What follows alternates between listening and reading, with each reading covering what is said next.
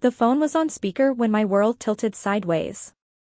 I'd been sorting through my yoga studio's new schedule, trying to figure out which classes to expand, when my sister's voice cut through the peaceful silence of my kitchen like glass shattering on tile.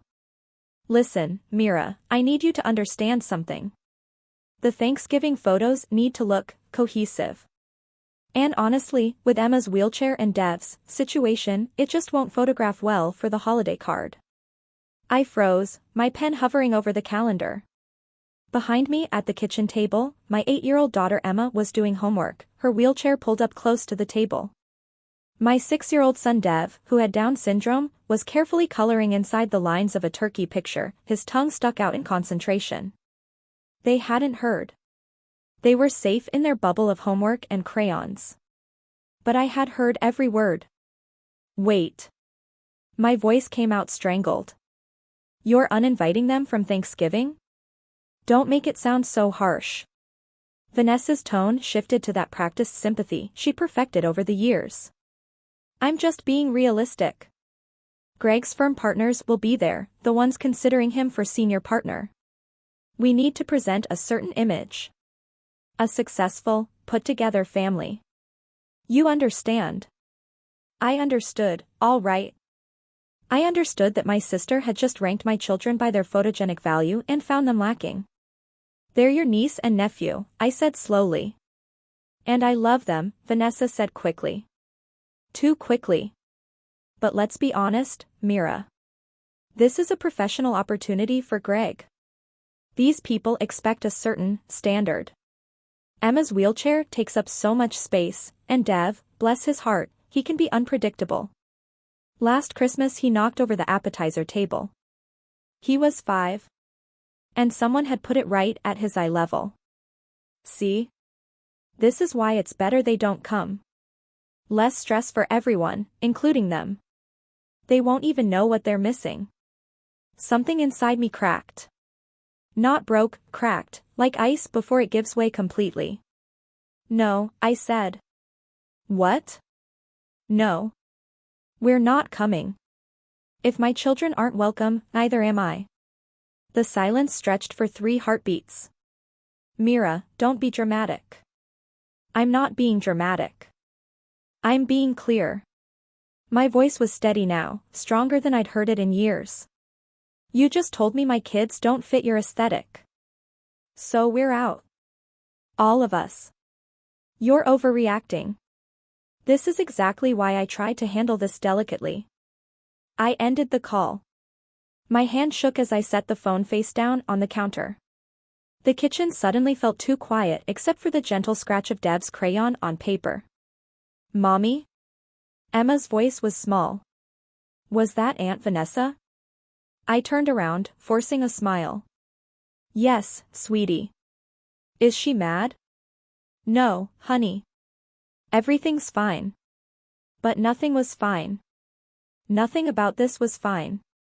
That evening, when my husband James came home from his accounting firm, he found me staring at Deb's turkey picture on the refrigerator. One look at my face and he was moving toward me. What happened? I told him everything. Every word. Every implication. The way Vanessa had said it cohesive, like my children were mismatched furniture. James's jaw tightened, that muscle near his temple jumping. What did you say? I told her we're not going. None of us. He studied me for a long moment, and I braced myself for him to suggest we smooth it over, that family was important, that maybe Vanessa had a point about the professional optics. Instead, he asked, what do you need from me? The question caught me off guard. Not what should we do, what do I need? I need. My voice broke. I need to protect them. I need them to never feel like they're not enough. James pulled me close. Then that's what we'll do. It took 2 days for my mother to notice my silence. When she finally called, I let it ring through to voicemail. She called again. I declined. A text appeared, Mira, this silent treatment is childish. Your sister's feelings are hurt. I stared at the message. Vanessa's feelings were hurt. Not Emma's. Not Dev's. Not mine. I didn't respond. But while I was learning to hold boundaries, James was doing something else entirely. I need to show you something, he said 3 days later, his laptop open on the kitchen table. The kids were at my mother-in-law's for the afternoon. His expression was dark. What is it? I've been reviewing the family trust documents. The ones your grandfather left, the ones that are supposed to fund the community center project. I sat down slowly. Okay. Greg's been signing disbursement requests. Small amounts, nothing that would trigger immediate flags. But over the past 2 years. He turned the laptop toward me. He's diverted $340,000. The number hit me like a physical blow. What? Equipment purchases that were never delivered. Contractor payments for work that was never done. Consulting fees to companies that don't exist. James's finger traced down the spreadsheet. He's been systematically embezzling from the trust. That can't be right. Greg's a lawyer. He wouldn't. He's a junior partner at a firm where senior partners make twice what he does. He's been living beyond his means for years. James pulled up another document. That house they bought last year? The one Vanessa keeps posting on Instagram? They paid cash. $1.2 million. My mind was reeling. From stolen trust money. Among other sources, probably. But yes. I thought about Vanessa's perfectly curated life. The designer clothes. The luxury vacations. The holiday cards with professional photographers. All of it built on theft. Theft from a trust my grandfather had established to build a community center in the neighborhood where he'd grown up. What do we do? I whispered. James closed the laptop. Legally, I'm obligated to report this. As the trust's financial administrator, if I don't report known embezzlement, I'm complicit. You're going to turn in my sister's husband. I'm going to protect your family's legacy. His voice was gentle but firm. And I'm going to make sure Greg understands that trying to make our children feel worthless has consequences. The confrontation happened in a conference room at James's firm. Greg arrived confused, probably thinking it was about routine trust business. Instead, he found James, our family attorney Susan Chan, and a forensic accountant named David Rodriguez waiting for him. What's this about? Greg's smile was easy, confident. If this is about the quarterly disbursements, I have all the receipts. Sit down, Greg. James's voice was ice. Greg sat, but his hands were already fidgeting with his tie. James slid a folder across the table. Monroe Trust. Audit findings. 47 pages. I recommend starting with page 12. I watched from behind the one-way glass in the adjacent office, my hands shaking. Susan had suggested I observe but not participate, maintain emotional distance.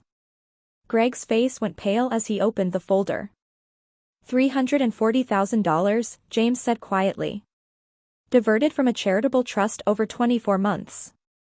Fake invoices. Non-existent vendors. Fraudulent contractor claims. This is just paperwork mistakes. Accounting errors. We have bank records showing the money flowing into your personal accounts. David opened his tablet. We have the fake companies traced back to shell corporations you created. We have testimony from 3 contractors you claim to have paid who say they never received a cent. Greg's lawyer instincts kicked in. You can't prove intent. These could be legitimate mistakes. Page 23, Susan said crisply. Email from you to a vendor, dated March 15th, quote, invoice the trust for $45,000 for equipment that was never delivered. We split the money 60-40. That's not a mistake, Greg. That's conspiracy to commit fraud. The silence in the room was suffocating. How much trouble am I in? Greg finally asked, his voice barely a whisper. Criminal prosecution, disbarment, and civil liability. James leaned forward. You stole from a charitable trust. The state attorney general's office takes that very seriously. Please. Greg's voice cracked. I have a family. A career. If this gets out.